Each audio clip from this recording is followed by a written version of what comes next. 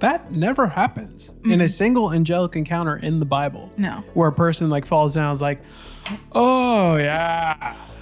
That's a good angel. Fall is dead. Before me that I could just worship while I'm relaxed.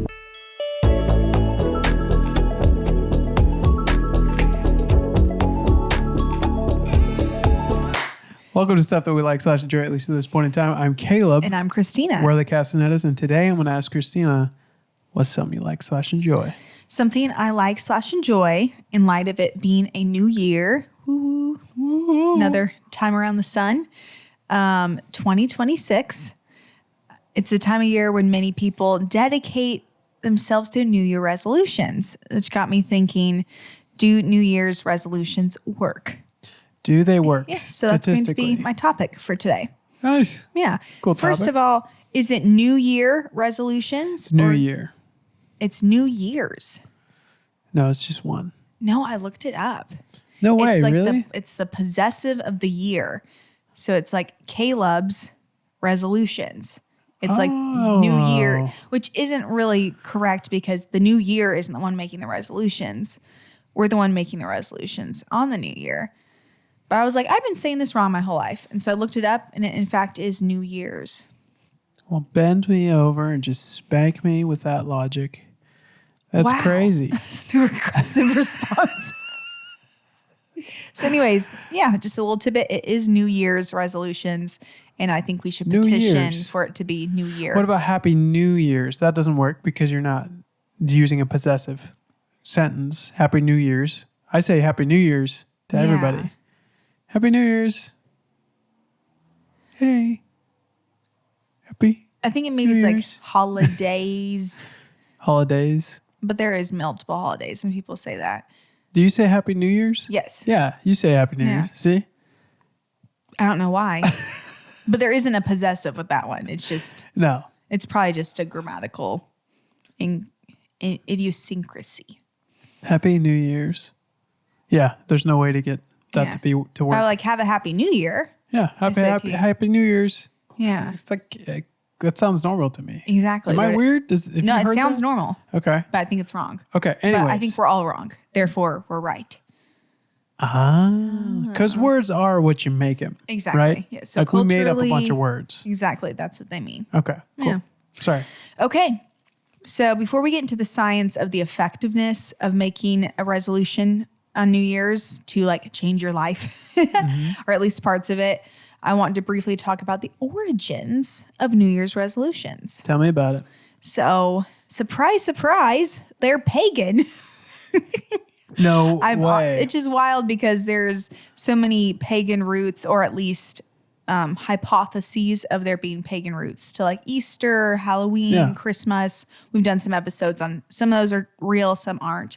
But it seems that New Year's resolutions truly are pagan, which I'm surprised we haven't. There isn't like a yearly round of like, here's the article on why Christians shouldn't make New Year resolutions. Yeah. But maybe just people are too busy with Christmas bashing it that they're too tired to bash on New Year's. I don't know. Anyways, just thought it was interesting. That's funny. So the tradition of making New Year's resolutions dates back to about 400 years ago to ancient Babylon. Only 400 years ago. 4,000. So my apologies. No, you're good. Ancient Babylon is, a little bit older. That makes sense. So around 2000 BC. Okay. Where people would make promises during this 12-day festival that was called Akita. So this Akita festival was held in March, which aligned with the spring equinox and like the beginning of planting season. Because the ancient cultures, they didn't have like this is the day. It wasn't January 1st that the year started. So many of them would think that the spring equinox, so when the moon was, full sometime in March, was kind of the beginning of a new year. Yeah. So they'd have a festival, and the Babylonians would reaffirm their loyalty to the king. Okay. And they would vow to the gods to pay their debts, return any borrowed items like farm equipment or something, and to behave better. So it was kind of like a cultural, like we honor our king, we vow to the gods pretty much to be better people and to not be in debt, kind of a reset culturally. And if you kept these promises, it was believed that you earned divine favor for the upcoming year. You would have a good harvest, etc. So kind of like if you're good and you keep your promises to the gods, then you'll have a good time. Did you know I used to partake in like a similar festival? What? Because of my family roots. We're Hispanic, right? Yes. Okay, so once a year we would get together, circle up. This is the Hispanic side of my family. And try to make like New Year resolutions, and we would eat Hispanic food at the end of it. Okay. It was called the taquita celebration. Are you being serious? No. I was very concerned. You said Akita. Akita. I said was like taquita. I was like, is he trying to say tequila or taquito? I'm very glad to learn that you and your father did not lead you in a pagan ritual. No. Yes. Father, He's like, what is this stuff? Mr. Castaneda would never do that. Yes. First time I've ever called him that in my life. Mr. Castaneda. I'd have to call him up if I found this out. I know. Okay, so fast forward to about 2,000 years later. Fast and forward. Rome ruled the world. And the Romans chose to reset the calendar. So in 46 BC, Julius Caesar introduced the Julian calendar, which is the calendar that we all have today, setting January 1st as the start of a new year in honor of the god Janus. So Janus was a two-faced god of beginnings, doorways, and transitions. So he didn't have two faces like 1 and 2. He had one on his front and a face on the back of his head. Okay. So he was the god of who looked backward at the past and forward at the future. So never living in the present, though. I mean, I've got to be somewhere in between. So the Romans were really into worshiping Janus, and so that's why Julius was like, "We're just going to reset the calendar, January 1st, honor Janus." And the Romans would offer sacrifices to this god, and they would make promises to be good citizens for the next year. Cool. So that is kind of the true origins of it being. What were the sacrifices? Do you know? Were they people? Oh, they were animals. I don't think the Romans were did many human sacrifices. Yeah. Okay. Lots of animals. Maybe like once every 10 years or something. I don't know. I mean, it got kind of wild with the Christians later on, but that was more so persecution. Yeah, true. Moving on, in the Middle Ages, around January 1st, knights would renew their vows of chivalry on January 1st. And this was known as the peacock vow. Peacock which is vow. where we get that saying of like, oh, he's just peacocking. Like he's kind of showing off. So it came from these knights being like, we will be chivalrous and wonderful. You like that? Yeah, I like that. Christian traditions around that time would also do watch night services, which would be like leading up to New Year's the day before, where they'd pray and make resolutions primarily to be better Christians and to like read the Bible more, be good citizens. So it's kind of the Christian version of making a resolution. So we as Christians took that from pagans. Well, I mean, I guess technically. Okay. Or the Romans and then on. I mean, can we really call this a pagan? We can, because it's obviously the history is pagan. But I feel like anybody would have been like, a new year, new me. Like, I'm going to try to be better in this way. If you get too in deep with like, oh, we can't do anything that has pagan roots, like you can't read books. Yeah. You can't wear shoes. You can't, because pagan just is pretty much non-Christian religions or, more ancient religions. And so there's a whole lot of people for a whole lot of the world in time that did things like have bonfires, and that doesn't mean that it's a pagan thing to have. Yeah, so okay, yeah, I can get behind that. Yeah, so just more so the history of it. But I don't think the Christians in the Middle Ages were like necessarily trying to Christianize an ancient Babylonian festival from 3,000 years ago that they weren't likely aware of. But I don't know. You'll have to ask them. So one of these early personal examples, tell me, of like a Christian resolution at the watch night service. There was this, they found the diary of this Scottish writer from 1671. So almost 400 years ago. William? Her name was Anne Halleckett. Oh, her name. Oh, how Anne Halleckett? Yes. You say sexist? Yes, you assumed it was a man. And it was the diary, and it listed, it was called Resolutions. And in it was a bunch of like scriptural or biblical inspired resolutions. That's cool. And one of them was, I will not offend anymore. You know what? Just not What do going you to think offend. of that? What do you think of that? I mean, I think it's a great goal. Maybe she was really offensive to people, and she's like, just not going to do it anymore. Do you think that you have to be offensive in this life? Is that a necessity, or Yes. is that it is a necessity? Yes. Okay. Well, I think especially the culture that we live in that celebrates, even if you're not a Christian, celebrates offensive things to like a, unbeliever, religious person. And so I think you got to be offensive and be like, no, that's not right. And that will offend people. Yeah. Totally. It's like you have to use confrontation sometimes. Exactly. It's a tool. Yeah. Okay. So yes, you do. Yes. Okay. Yeah. I agree. Moving on into like current day, the phrase New Year's resolutions was first noted in a Boston newspaper from 1813. And so by this period and kind of culture, it became less religious or like civic promises to the government or the culture, and resolutions transformed into being all about oneself. Mainly self-improvement, focusing on habits like health, finances, or being more moral. So today, what we have as New Year's resolutions is mostly secular in the core idea of like, I want to better myself. Yeah. So yeah, it's a little bit about the history. That's cool. Interesting. Did you have any New Year's resolutions? Do I? Yeah. I would say less of a resolution and more so we're always doing our 30-day challenges, things like that. So there's a couple things I'm doing for the next 30 days. But I don't have any that are like year long for this next year. I'm going to change something, but I've done it in the past. Yeah. Yeah. What about you? Not year-long challenges or anything like that. Like you said, we're pretty healthy. I think we'll have to have a really healthy person dissect our podcast at some point and be like, no, you're not.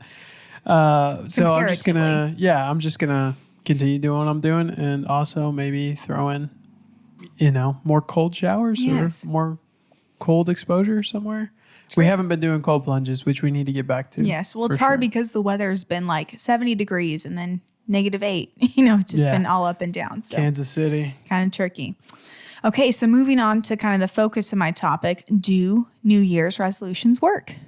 And what do you think? I think they rarely work, but I think they're good. Think about the fat guy who's made a resolution to get fit for 10 years. And on the 11th year, finally does it. But he had to fail for 10 years in order to get there, you know? Yeah. So I think that they rarely succeed, but they are good for the most part. I like that. Yeah. Yeah. What about you? So they don't work. Oh, statistically? They do not work reliably for the majority of people. You're going to have your outliers or personalities who are likely just more disciplined as a whole. But success rates typically, depending on the studies, range from around 6 to 15%. 6 to 15. So most sources cited about 9% for long-term success. And by long-term, that meant for a year. So about 31% of Americans, adult Americans, so 80 million people, make resolutions each New Year's. Right. And that means that 70 plus million of them will fail. Some common drop-off points are 23% quit in the first week. Okay. So 23%. 20 million gone. 43% by the end of January. We're looking at 40 million gone. And almost everybody else is done by April. Wow. Yeah. That's kind of encouraging, though, because if you stick to it, you're like in the 6%. Yeah. You're in the 6th percentile of the entire world or entire U.S., right? Yep. So, I mean, that's a little encouraging right there. Is, yeah. It's like, be different. Exactly. So why do you think, before I get into it, that most New Year's resolutions fail? Why do I think they fail? I think I think they're too big. That's good. think people promise themselves, make these goals way too big when they need to make them more bite-sized. Instead of, I'm going to lose 100 pounds this year, just be like, hey, I'm going to lose 10 pounds in the next 6 months. 6 months. Yeah. And I'm going to do it gradually so I can do it sustainably. So that's a more achievable goal. And you could, it's more bite-sized, I'd say. So I think people just go too big. Keep it small, keep it realistic. Nice.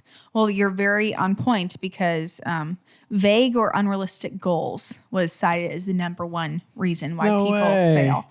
So many resolutions are lose weight or exercise more, and they lack specifics. The next thing that people usually why they fail is there's no plan. They're just like, I'm going to do this. So people might set a resolution due to traditional reasons or cultural pressure rather than actually coming up with a plan to lose weight. It's more so, I'm just going to lose weight. So by relying on your own willpower and not having like a plan, habits require a plan. Yeah. And many people just come up with an idea and then they wake up hungover on January 1st and they have no plan. Yeah. Also, many people have an all or nothing mindset. So if they mess up for a day or two, they just quit. Yeah, that's a bummer. Yeah. I could definitely see that. Yeah, easy to have happen. And then the last one people cited was it's just a timing issue. Like January 1st is not really an ideal day to like get your life all sorted out. Yeah. Usually you're at the end of the holidays. I mean, it's a great time, theoretically to start being healthier and things like that. Fresh new start. But usually you're in that fugue state of like in between Christmas and New Year's. You've been around a lot of people. You're tired. You've been off work. You've been eating things you don't normally eat. All really good reasons to probably have some good healthy resolutions. But you're not likely at your peak, most motivated time in life. And I also think that those times when you're like promising yourself, okay, after the holidays, I'm going to get fit. It gives you permission to go harder in the paint when it comes to overeating. Yes, indulging, overindulgence. And then the excuse that you're finally going to get your crap together at the end of the year is the reality hits and you're even more depressed because not only did you gain the weight, but now you can't lose it. Right. And now you're, buying new pants because you can't fit inside of them. You're just like a big fat tubby tub. Yeah. And I'm equating this just to weight, but I think it's with any kind of anything that keeps you sedentary or unhealthy. You're just like, I'm going to do as much of it as possible before I can't do it anymore. Oh, totally. And in reality, you're just going to be, you're doing the same thing 2 days, maybe 10 days into January, statistically. Yes, no, it is. Yeah, it's true. Well, and so many people will also be like, they're doing dry January, like they won't drink alcohol for the month of January. And kind of to your point, so they like go wild during the holidays, probably drink copious amounts on New Year's Eve, and then wake up with no motivation and a hangover, and it's just kind of all over.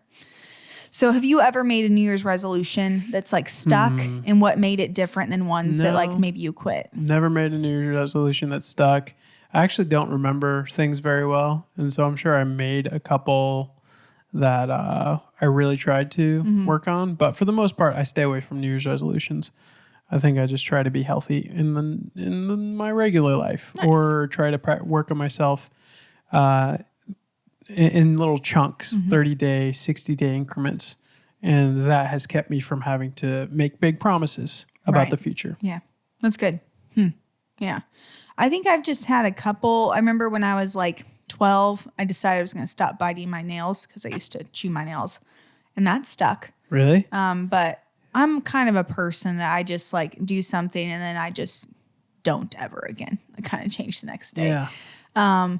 1 year I did a resolution to eat a banana every day for a year. No. And I did that. Okay. But like other ones I would have is like How was that? Did your tummy hurt? I mean, I normally ate a banana every day. Yeah. So I was like, I wonder what will happen if I eat a banana every day. I don't know. I was like 18. It worked fine.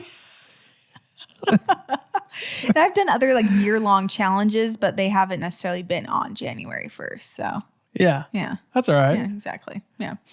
What do you think are the most common resolutions? Lose weight, stop drinking, and I'm going to say something hobby related. Oh, maybe like pick up a sport.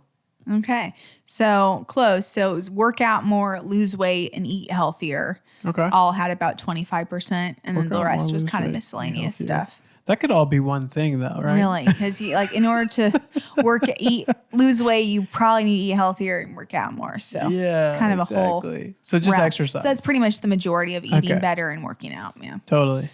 So now we get to the question of, can New Year's resolutions work? And yes, kind of like you mentioned before, having some goals is better than not having any goals at all. And research shows that people who make resolutions are more likely, surprised, to change their behavior than if you don't. Yeah. So if you make a resolution to lose weight, you're more likely to than somebody who doesn't. Yeah. One thing that they found in studies as being a key factor in success is having approach-oriented goals. So that would be more, do more of this. So like eat more fruits or eat more vegetables every day. Mm-hmm. Those kind of goals succeed more than avoidance ones like don't eat any sugar this year, which I would agree you should eat more vegetables and not eat any sugar. But people more so do more of this goals went better than stop doing this goals. That makes sense. Yeah. I could see that. It's like the law of attraction. The more you focus on not doing things, the more it's going to be on your mind. Yeah. So the more you focus on doing more things, you'll be like, oh, I'm going to have a little pomegranate today because I focus on doing that more. Have you noticed like in your own life of doing challenges or habit changes that like doing something new works better than not doing something? As in? Like you're like, I'm going to read a chapter of a book a day rather than I'm not going to look at social media this month. I guess so. Yeah. Yeah, like I said, the law of attraction, I think it would be easier. Mm-hmm. I think I'm probably almost equally successful. Mm-hmm. It would be a lot easier just to do more of something, though. Yes, definitely. Yeah. But I would say 10 years ago I wasn't. Mm-hmm. And so I think that's just self-discipline that I've built up. Yeah. So for the average Caleb back in the day, it would have been way easier just to do more of something. Exactly. And often if you're choosing to do more of something healthy, I think that will have a little bit of an effect on the unhealthy habits. Mm-hmm. If you're like, I'm going to go for a 30-minute walk a day, in that 30 minutes of time, you're not on social media or you're not watching TV. So it might help you, kind of cut out a little bit of a bad habit by doing something good. Just a little bit cause and effect. That is cause and effect. That's very interesting. Mm-hmm. I never thought about the fact that while you're not doing the things you don't want to do, by going on a walk, you're actually achieving like 4 or 5 different goals. Exactly. You're like, I'm actually not watching TV or listening to a podcast or, talking to my neighbor about how much I hate this other person. I'm on a walk out in nature. And unless you're walking to neighbors' houses and just gossiping, neighbor to neighbor, like, can you stand Bill? And I've been known to go on a walk and look at my phone and social media. So you can't do that. Multitask. Yeah. So here's a couple tips to improve your success, evidence-based. The number one is to focus on having one or just a couple goals. Many people are like, I'm going to change my whole life. And I think, people should aim for that, but usually they don't hit that mark and they quit everything. So if you just pick kind of like that habit stacking idea where you just add a little bit over time, you're more likely to be successful. Break it into small steps, kind of like you were talking about. Instead of, I want to lose 100 pounds this year, maybe I want to lose 5 pounds by the end of January. So kind of gradually building habits. Maybe you want to completely, change your workout routine.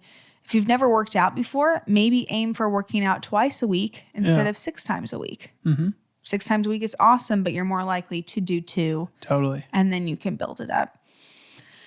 Tracking progress and having like reward milestones. Gotta track that prog. Is, motivating, and also doing it with other people. Either doing a New Year's resolution challenge with a friend or family member, or at least letting them know about it and kind of having a little bit of accountability or like encouragement that you're doing well and that somebody notices your reach. Yeah. So there's some ways that to improve your likelihood of success. I think another way, the Caleb suggestion here, do this every month. and make it one challenge. And so you have 12 chances to get something right throughout a year, not one. And you also have 12, new things you could try every single year, not just one. I like that. Yeah. It makes it, like you're saying, just make it more bite-sized, but also switch it up, If you didn't like biking as exercise and you tried it for a month, that's okay. Exactly. Next month, try swimming. Try something you might like, or try reading a book or something like that. Yeah, exactly. And you might you're like, oh, I love biking. And then the next month you keep biking and you add another healthy habit. Yeah. Yeah. Totally. So after all this information, do you think New Year's resolutions are still worth making, or should we kind of ditch this January 1st idea and focus on anytime goals? I think they're worth making. Yeah. I just think that they're inefficient. Because like I said, if you did it every month, that's 12 different things you tried, 12 different times you succeeded or failed. Whereas if you do it once a year, it'll take you 12 years to try the same amount of things you could have done in 1 year. Yes. And so I think it's good that people are at least trying, but it's inefficient. Yeah, I like that, rather than just have monthly goals. And also start on a Tuesday, start on the 7th of the month. Totally. You don't have to start on January 1st or a Monday or something like that. Yeah. I like that. Yeah. So that is my little overview of New Year's resolutions. I like it. If you were to give somebody a New Year's resolution right now, what would it be? Oh, it would probably be something exercise or health related. Can't be exercise or health related. I'm sorry. That's all I care about. Probably to be outside more. That's a really good one. Yeah. Why is that? Well, it's just, I believe that we were created to be outside a lot more than we are. And there's so many health benefits to natural vitamin D, breathing outside air instead of this, dehydrated air in our houses. Air. Yeah, this mold air. It's naturally calming. It's good for, endorphins, bringing cortisol levels down often. So even if you're not going on a walk, just sitting on your back porch for 10 minutes, even on your phone, really can be beneficial. So I would encourage people there's people that try and do maybe I'll try this one year, to be outside for 1,000 hours a year. Cool.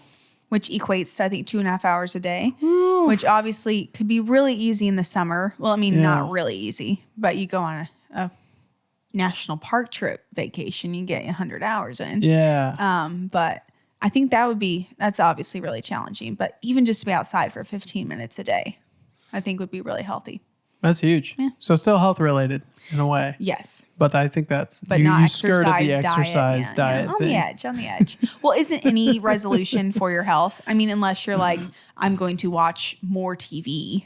That's true. Yeah. Unless you're an outlier, you're I want to watch all these specific films and it's actually not great for you. Right. Which I would say is probably less of a resolution and more just a challenge. Yeah. Yeah. Yeah.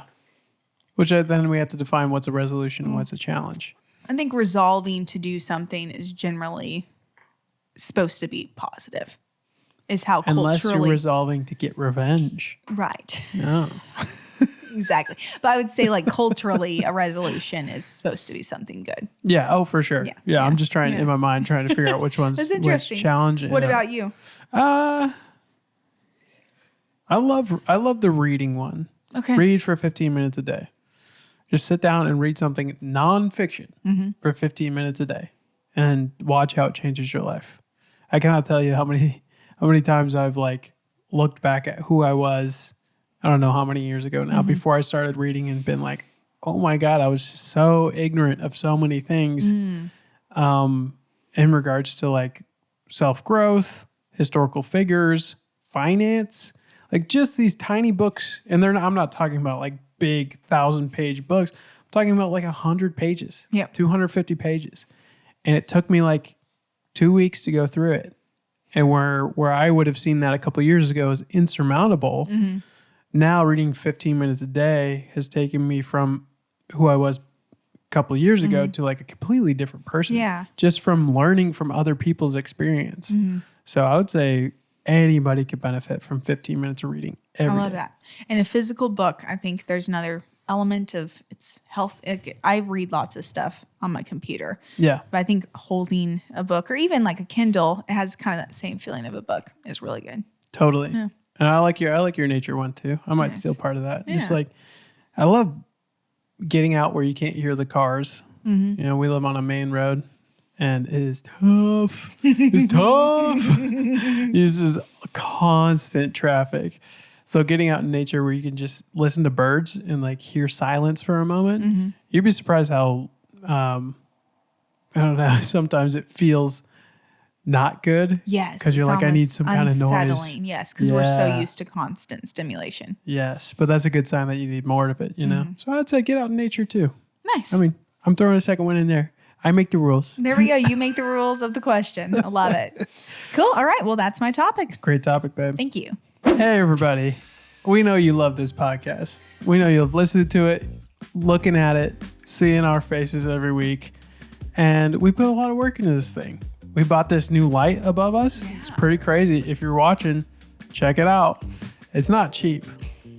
All that to say, if you like us, give us a like on Spotify, Instagram, YouTube, wherever. It really does help people find us and it helps the algorithm. And also, and most importantly, shoot us some questions and topics you want us to do. We love doing this. We love doing our own topics, but we want to hear from you guys too. So if you have anything you want us to do, let us know. Yes, please do. And you can do so by commenting on our Instagram posts, under YouTube, Spotify, comments, all of that, as well as emailing us at stuffthatwelikepodcast@gmail.com. Next on this podcast, we like to do a little thing we call...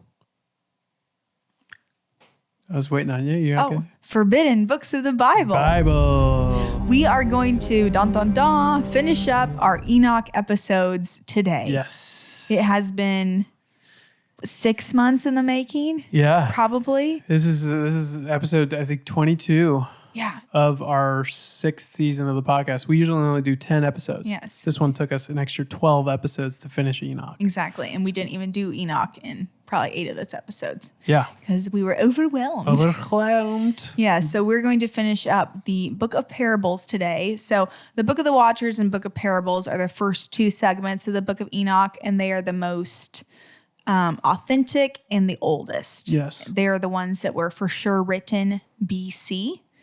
Whereas the rest of the book is more debated on its authenticity or when it was written. Yeah. So we decided we're going to make it through the Book of Parables and move on to something else. Yeah. But we're going to finish it up today. I'm going to do a quick recap. Let's do it. So we were finishing up the end of the 3rd parable last week. So chapter 67, God declares Noah is blameless and promises to preserve his lineage forever. And the fallen watcher angels are imprisoned in a burning valley full of sulfur and fire. And we're told that burning fire was going to turn into the cool waters that floods the earth to punish the wicked. We then jump to this interesting conversation with the angels Michael and Raphael, where they're discussing, it's kind of like they're watching this judgment happen on the fallen watchers. And because the watchers are being punished because they revealed forbidden knowledge to mankind, and they acted as if they were the Lord. And Michael pretty much says, like, I'm glad I'm not one of them because this sucks. Like, it's a pretty bad punishment. And then we summed up the end of the parable with a list of 20 of the chief watcher names. And we learned that the watcher Kezbel is seeking to know the hidden name, the hidden divine name from Michael, so that they can have power for their rebellion. Mm-hmm. And so the Son of Man's name is revealed. We're not told what the name is, but it is revealed. And this Son of Man is enthroned. He judges the earth and he eradicates evil forever. And the chapter ends with, this is the 3rd parable of Enoch. Yeah. All right. So chapter 70. Yes. Chapter, sorry, go ahead. I was going to say, so these last 2 chapters of the Book of Parables, chapter 70 and 71, it's important to note that they are highly, highly considered to be late additions to the original parable, which we can even see by chapter 69 being like this is the end of the parable. So it is really believed that these are kind of an epilogue to the book. Yeah, and like written by somebody else too. Yes, much later. Tacked on at the very end. Yeah, so continue. So chapter 70, this chapter describes how Enoch was taken up into heaven, or at least I think it's Enoch from the description. It seems like it. It says, quote, "And he was raised aloft on the chariots of the Spirit, and his name vanished among them." The chapter closes, and I'll give you a chance to expand on what I said a little bit more, but the chapter closes by saying, "And there I saw the first fathers and the righteous who from the beginning dwell in that place." So this is Enoch being taken up into the heavens, and he's seeing the first fathers and the righteous who from the beginning dwell in that place. Sounds a mouthful, yeah. Yeah. Exactly. So it's a very short chapter, just these 4 verses. And it's saying that Enoch was raised up and that his name was brought before the Son of Man and the Lord of Spirits. So, and he was raised up in a chariot, which is kind of interesting because in the Bible, Enoch's only briefly mentioned. It's mentioned that he was like 307 years old. He was righteous, and then he was not because the Lord took him. The only other person who was taken by the Lord in the Bible was the prophet Elijah, who was taken up in a chariot. So here it's saying that Enoch was taken up in a chariot to stand before the Son of Man and the Lord of Spirits. So I think that's kind of a little bit of editorial additions to be like, Elijah was taken up in a chariot. You think this is written after the New Testament? Or sorry, after the Old Testament? Yes. Okay. Yeah. It almost certainly is. Okay. Yeah. Which in 1 Enoch, chapter 39, it said, "And in those days a whirlwind carried me off from the earth and set me into the heavens." So kind of a connection of Elijah was brought up in a whirlwind in a chariot. So maybe kind to connect the two. Yeah. Yeah. But anyways, so he's brought before the Son of Man and the Lord, and he's obviously in some sort of heavenly place because he sees the first fathers, which I would guess would be like Adam, other people. I don't know the other biblical people before Enoch. Lamech, maybe? No, that was Noah's dad. Lame. Yeah. Ek. Yes. So anyways, he's brought before the Son of Man. Yeah. Brought before the Son of Man. So chapter 71. After this, the spirit of Enoch is translated. They say this a couple times. And what they think this could mean is transferred or conveyed from one place or state of existence to another. So he was translated and ascended into, quote, the heavens, where he sees, quote, holy sons of God who are stepping on flames of fire. Yeah. It's pretty insane. So just to follow the progression of events, he's taken up to heaven in a chariot in the chapter before. Now his spirit is translated from that plane of existence up into the heavens. Or different heavens. Or I almost read it as like this next chapter is just retelling the story again. It could be. Because it's Enoch speaking. So it came to pass after this, my spirit was translated. So it's maybe Enoch describing the experience. Whereas before it was kind of a outside telling of it. Yeah, it sounded like Noah was still telling the story in the last chapter until the end of the chapter. Yep. And he says, there I saw the first fathers and the righteous from whom beginning and dwell in the place. So it's like Enoch took over at the end of chapter 70. And now it's him talking. And now it's him talking in chapter 71, retelling how he would ascend into the heavens. Yeah. Anyways, he was translated. Whatever that means.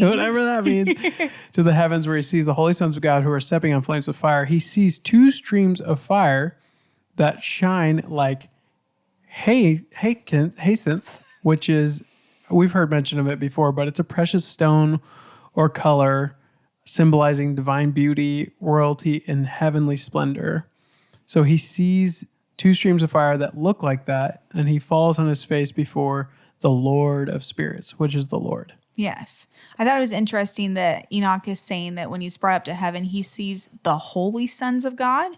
Yeah. Whereas the fallen watchers they were also the sons of God, but they were fallen. So he's seeing those who have not fallen. it seems. I guess so. But yeah, then he falls on his face before the Lord. Yeah. And this imagery is very similar to previous chapters in Enoch where he described kind of seeing heaven in the throne room with streams of fire and stuff like that. So Michael takes Enoch's hand, he picks him up off the ground, and he shows him the, quote, secrets of righteousness and all the secrets of the ends of the heavens, ends of the heaven and the tall chambers, and the tall chambers of all the stars and all the luminaries, whence they proceed before the face of the holy ones. So Michael takes his hand and shows him a bunch of stuff. Yeah, which the way this is worded makes me really think that this was written by a different writer. Yeah. Because it's like the angel Michael, one of the archangels, took my right hand. Yeah. It's like we know who Michael is. We know he's an archangel. Like it's almost this kind of like, hey, there's this archangel guy named Michael. It's like trying to reintroduce it to somebody we know. Don't know. I'm like, we got it. He's been around and talking a lot. So Michael shows Enoch all the secrets of righteousness and kind of goes into detail of seeing pretty much the throne room and streams of fire. And he's seen angelic figures around the throne, seraphim, cherubim. I will say, if this is somebody who's trying to tack something on at the end of Enoch, they did understand like Enoch or parts of Enoch very well, because this happens a lot in the book of Enoch where Enoch is shown things. Yes. Like they take him by the hand or they take him to the place and they show him things. So I think what this person got wrong was introducing us to Michael. Exactly. But the rest of it they were okay with. Like It's like they showed him a bunch of stuff after that. Yeah, I would guess that whoever wrote these last couple chapters read the book of Enoch and then like tried to add Wrote to some it. fan fiction. Yeah. Be like, what if Enoch had wings and a sword? Yes. Let's bring in more angels. More angels. Can I get more angels here? Yeah. So Enoch describes seeing around this, he calls it a structure built of crystals. Yeah. So I'm guessing that's the throne. I'm not sure. I think it's the house of the Lord. Okay. From that what could I be. thought. Yeah. Because he says between those crystals were tongues of fire. And he goes on to describe a house of fire. Yeah. How the house of crystal, I assumed it was a house of crystal, had, quote, streams of living fire on all four sides of the house. So I'm assuming that makes sense, yeah. I'm assuming the crystal he described before is the house, like a house of crystal. And inside the house is the throne room. Yes. Or temple, maybe rather than a house. Yeah. And around the house or the temple, there are seraphim, cherubim, and ophanim. What's ophanim? So ophanim are the wheel within the wheels angels that are described in the book of Ezekiel, where he saw the burning wheel within a wheel and the four faces. What the heck? So those are ophanim. That's crazy. Yes. I got to go back and read that. Right. Ophanim. And it says that these angelic figures, seraphim, cherubim, etc., do not sleep and guard the throne of his glory. Which is interesting that God's throne needs guarding. Yeah. I don't get that. Me either. Because he doesn't need to be guarded. He doesn't need to be guarded at all. Yeah. Which makes me think that this is an addition. Right. I mean, it'd be different if they were like, we're worshiping him like we see in like the book of Revelation. Yeah. Crying out, holy, holy. Which, speaking of the book of Revelation, there's a lot of language that is similar to what we find in Revelation later on. Like, they sleep not. So kind of this, they're continually there. And Enoch says, I saw angels who could not be counted, 1,000 thousands and 10,000 times 10,000 encircling that house. Yeah. Yeah, so it is a crystal house. Yeah. So Enoch falls on his face again. He actually goes completely limp. It's pretty dramatic. It says, what does it say in the scripture? Do you have it right there? I don't. Okay. But it describes him like pretty much like his soul left. Yeah. And it's not his like... whole body became relaxed. That's what it is. It's like his whole body became relaxed. And that never happens in a single angelic encounter in the Bible. No. Where a person like falls down and is like, oh, yeah. Yeah. That's a good angel. Fall is dead. Before me that I could just worship while I'm relaxed. Yes. So why he falls down is verse 10 says, and then the head of days, also described as the Lord of hosts or the Ancient of Days. His head was white and pure as wool, and his clothing indescribable. And I fell on my face, and my whole body was relaxed. So this is very close to matching what is written in the book of Daniel of the Ancient of Days, who had a hair and head as white as wool. And it says, blessings which went forth out of my mouth were well-pleasing before the head of days. So Enoch falls down on the ground, is completely relaxed, and starts glorifying the Lord. And the blessings that went from his mouth were well-pleasing before the head of the days, which is cool. It's a cool sentiment. I think the thing that's really hanging me up is that he's totally relaxed doing this. I just can't get past it. It's a limp noodle. But he's like screaming exaltation and like worship to the Lord. And God's like, I love that. I love that little worm guy down there. Little worm guy. That's hilarious. That's funny. And now we're going to move into why I believe the whole book of Enoch is not in the Bible. Really? Yes. Okay, tell me more, because I didn't get much from the end of this. Okay, so verse 13. So Enoch, he's limp noodle on the ground. He's crying out to God, blessing him. And it says the Lord is pleased with his worship. And the head of days came with Michael, Gabriel, Raphael, and Phanuel, all angels, and tens of thousands of angels. So there's a lot of them surrounding Enoch right now. Yeah. And it says that the head of days came to Enoch and greeted him and said, "You are that Son of Man who was born unto righteousness, and righteousness abides over you, and the righteousness of me does not forsake you." Wow. So pretty much we're told that like Enoch is brought before the Son of Man and the head of days, and then he blesses them, and then the head of days is like, "You're the Son of Man." You're the Son of Man. Which does not work contextually to what we read in the chapter before, that Enoch was brought before the Son of Man, and that it was revealed who the Son of Man was and his name, and the angels are worshiping him. And then God's like, "Enoch, you're the Son of Man that we've been talking about." Somebody sabotaged the end of this book. They really did. I don't know. Yeah. So this one verse has caused so much debate for centuries. I kind of looked a little bit more into it. And throughout the book of parables, the Son of Man, or the elect one, is specifically described as like a distinct, eternal, pre-existent, messianic like figure, like that he is God. Yeah. Not that he is Enoch. And so God suddenly addressing Enoch as like, "Hey, you're the Son of Man," seems super contradictory. And now we switch back into the passage, and it's even more confusing if you want to continue on. Yeah, so it continues on almost like the Bible. Yeah. Describing what the Son of Man is like and what he's going to do. So it says, "He proclaims unto thee peace in the name of the world to come," speaking about the Son of Man. For from hence has proceeded peace since the creation of the world, and so shall it be unto thee forever and forever and ever. So the book of parables ends by saying, "And so there shall be length of days with that Son of Man, and the righteous shall have peace and an upright way in the name of the Lord of spirits forever and ever." Yeah. So again, it's confusing because we have in verse 14, God's like, "You're the Son of Man who was born for righteousness." And then verse 15 says, "And God said to me," being Enoch, "Yeah, the Son of Man proclaims unto you peace." Yeah. Like, it's obviously not him. It's not him. So it's beautiful how it ends where it's talking about who the Son of Man is, that he's one who's going to proclaim peace to the world, that he has been from the beginning of creation and will be forever, that all who are righteous will find their dwelling place with him, and that they will live with the Lord forever and ever. All things, yes, we agree with. And God is telling Enoch this about the Son of Man as if he's not him. Yeah. So that's how the book ends. That's it. Yeah. This brings up a really cool book premise. Okay.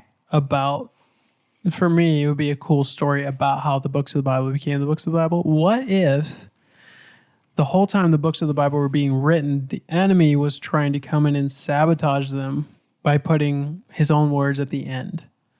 And this is one of the books that he got to. But the other books survived. Yeah. It'd be a cool premise for a book. I like that. That's cool. Yeah. Yeah, so I looked into, some hypotheses on this confusing phrase because, like, the whole story wraps up nicely other than these 6 words, you are the Son of Man. Yeah, what about my book idea, right? Yeah. We can go back to your book idea if we want to finish this up. I've been working on this for 6 months, babe. I'm sorry. I love it. Were you done with your book idea? No, okay. It was just such a throwaway comment. I didn't want to spend any more time on it. Go for it. So I'd written down, wait, I thought the head of days just said Enoch was the Son of Man. And then God is describing to Enoch who the Son of Man is and pretty much wraps up in this nice bow of like, there is eternity to be had with God if you are righteous and reject wickedness. Yeah, it's really nice. The end, Yeah. So there's 3 different like main hypotheses Hypothesize of this phrase, you are the Son of Man. Number 1 is that it's a corruption or a mistranslation of the text. Okay. This part of the book of Enoch was only found in Ethiopia, and other parts of the book of Enoch were found in the Dead Sea Scrolls, fragments of it, but this part was not. So it could have been honestly added by, and it was in Ge'ez, which was an Ethiopian language that not many people speak, that then was found and brought, I think to Germany, England. I should know this, but I knew this 6 months ago, but it has left me. So 1, it could just be a corruption or a mistranslation of the text that was written in this weird Ethiopian language or was added by Ethiopian people later on. Number 2, that God is saying that Enoch is like a son of man in the general sense, like lowercase son of man, like you are son of man. You are born for righteousness. Because in the Bible, we are told that Enoch was a righteous man. Right. So in the context of like Enoch is before the Lord, this heavenly throne room scene, Enoch is literally like the only man there. Everyone else is being described as sons of God or as angelic. And it's maybe like, hey, you're a man who like made it to heaven. You are righteous, just like the angels. So it could be lowercase son of man. Yeah. And the third idea that some scholars have is honestly sabotage, like purposeful sabotage. That's the coolest one. Yeah. Many scholars believe that this chapter in particular was written around or after 70 AD as Jewish mystics' rebuttal to Jesus being the Son of Man. Well, in the book from Tim Alberino, there is right before Jesus says, you are the Son of Man to Enoch, it says there is a piece lost here that describes the Son of Man. Like a piece of the text is actually missing from the book of Enoch that describes the Son of Man, and then it goes on to describe Enoch as the Son of Man. Right. So it's like, I think this is sabotage. Yeah, so that's like another popular theory is that it was written later on because the Jews were really mad that Jesus, first of all, came and was like, I'm the Son of Man. Right. And they're like, oh, we have this book that's been talking about the Son of Man that we all know, this book of Enoch. Maybe we add this chapter. But how much cooler is it to be sabotaged? Yeah, exactly. It is way cooler. Yeah. And then the last theory is the phrase could be translated, this is that Son of Man. Like I'm going to tell you who this is. Yeah. Rather than you are the Son of Man. Oh. This is that Son of Man. He is born for righteousness. Oh, this is that Son of Man I was talking about. Yeah. Yeah. I get you. Yeah. Okay. So I kind of like the sabotage one. Sabotage is cool. But it just does not make sense in the context of the previous 70 chapters. Yeah. If anybody asked you to sabotage something evil, what would you say? Oh, I need more context. All right, let's make it like an evil Necronomicon book is about to come out. Oh. Yeah. And you have one chance to sabotage it. But you've gotten really good at computer stuff. Yeah. But you have to be within 100 feet of the server when you do it, and it's got to be right before midnight when it comes out. Like, are you getting in that van with that group of people and going to sabotage, or are you hanging out at home? Sabotage for sure. What is that? I think it's in one of the Ocean 12 movies. Like it's an electromagnetic pulse, Oh, yeah. EMP or something like that. Yeah. And it kind of blows out the system. So I would just acquire one of those. You just acquire it? Drive up to the house, set it Go off. to Hobby Lobby and get an You know, it'd probably blow out my car too. So maybe I drop it off, drive away, detonate it. Okay. Nobody's hurt, but all the computers are fried. All the computers are fried. I'd have to EMP. figure out how to get onto Google Drive though, because I would assume they would have it on Google Drive. But that's my working theory. No, it's a physical copy only. Oh. That's what they're about to upload. It's not on computer. You said I was really good at computers though. You're going to hack into the computer through a landline, which means it's more of a physical connection. Okay. It's not an actual Than a physical virtual. copy. You don't mean like an actual printed book. No, okay, yeah. So it's not a hard copy; it's a virtual copy. But you'd have on a to hard jack drive. into it from the Ethernet that you clip But if I in the set off subway my system. EMP, wouldn't that blow it all up? Well, where are you going to get an EMP though? Well, I'll just get one from my spy friends. I forgot about your spy friends. What were their Obviously. names again? Oh, Fernando. Fernando. Yes. I'm not okay with that. Another Hispanic in your life? Well, it's a girl. Oh, Yes, it's her undercover spy name. that's unfortunate. Fernando. Shouldn't it be Fernanda? Well, people think she moonlights online as like a man scammer. So people hire her. Just like you thought that middle-aged writer was going to be a man. I and it was did. a lady named Alice. I assumed, and that's on me. Yeah. This is also on me. I love it. So this was, do you have any last thoughts on the book of Enoch? Honestly, At least the first 70 chapters out of, there's only like 30 chapters left, but we'll do those in a couple of years. I loved it. Yeah. I really, really loved it. I'm not much of a Berean when it comes to extra biblical stuff. I love the life of Jesus, and that's about it when it comes to studying scripture.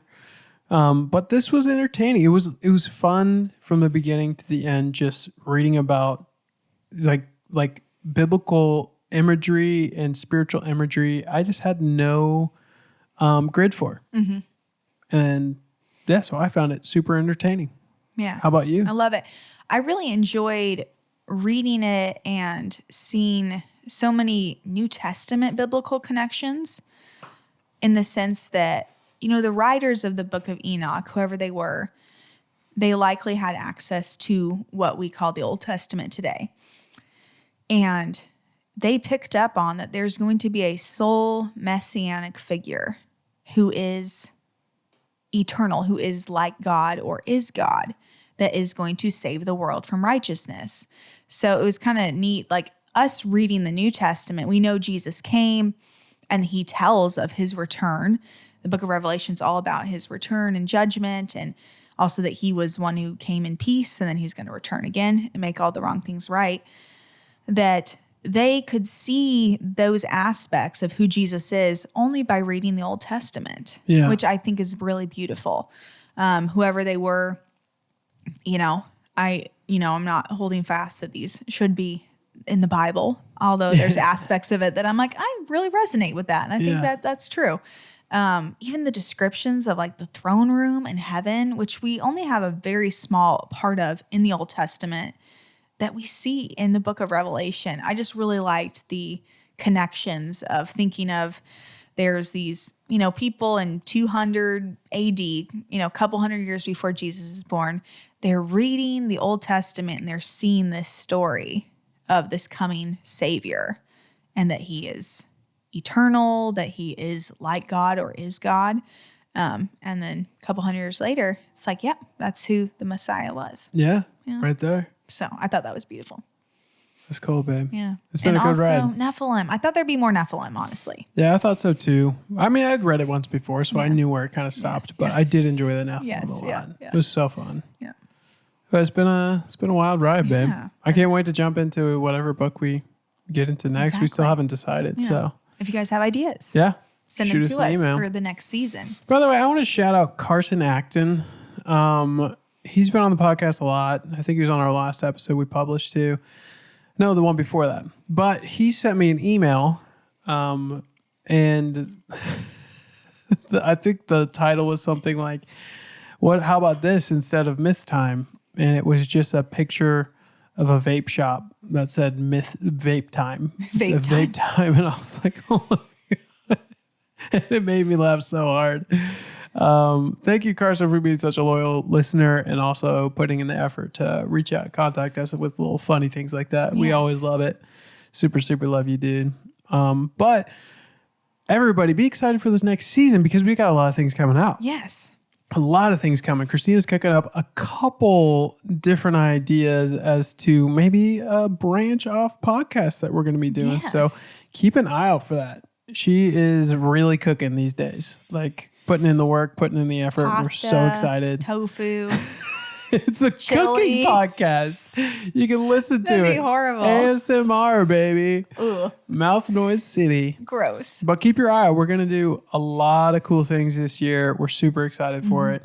I don't think we're going to read out with the normal stuff. Because we're going to introduce our listener chosen challenge for the next 30 days. So we posted and last week asked you guys to give us an idea of something to do for the next 30 days as a challenge.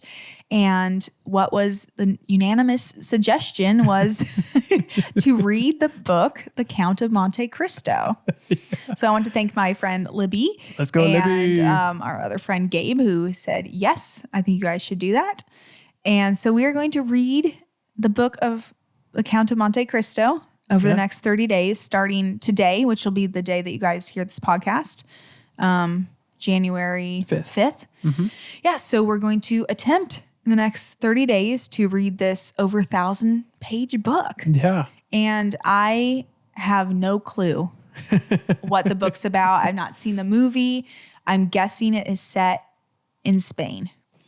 And that is just by the context clues of the title, and that might even be wrong. Is it wrong? You're going to find out, aren't you? Is it wrong? I'm not going to say a word, baby. In between the 16 to 1800s. Yeah, well, it is one of my favorite books and one of my favorite movies. Okay. It's amazing. So, have you read the book? I have read the book. I remember. I didn't remember reading it until I started looking into how long it was going to take. Okay, and then I started reading the text.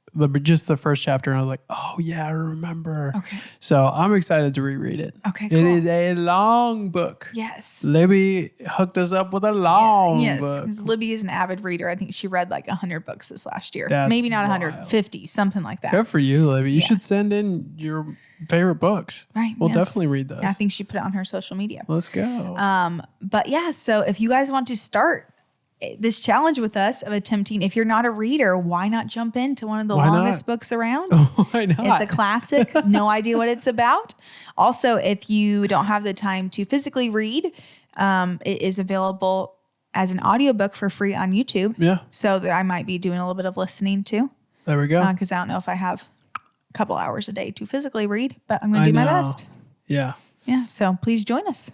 That's our challenge, and we'll be looking forward to doing more of these listener-suggested challenges. So hit us up if you guys have any suggestions. Yes, and about 5 weeks from now, we'll have an episode on The Count of Monte Cristo. Ooh, spooky. My grandma messaged me. She's like, I listened to your, I think she called it Scary Christmas episode. It was scary. I'm like, yes, it was. Oh, I forgot to shout out Carson for the Dogman idea last episode. So thank you, Carson, for inspiring me with your Dogman scary stories when we were living together in college. You're the best, brother. Cool. Okay. All right. Well, this has been stuff that we like / enjoy, at least this point in time. And that's all we have for today. Bye.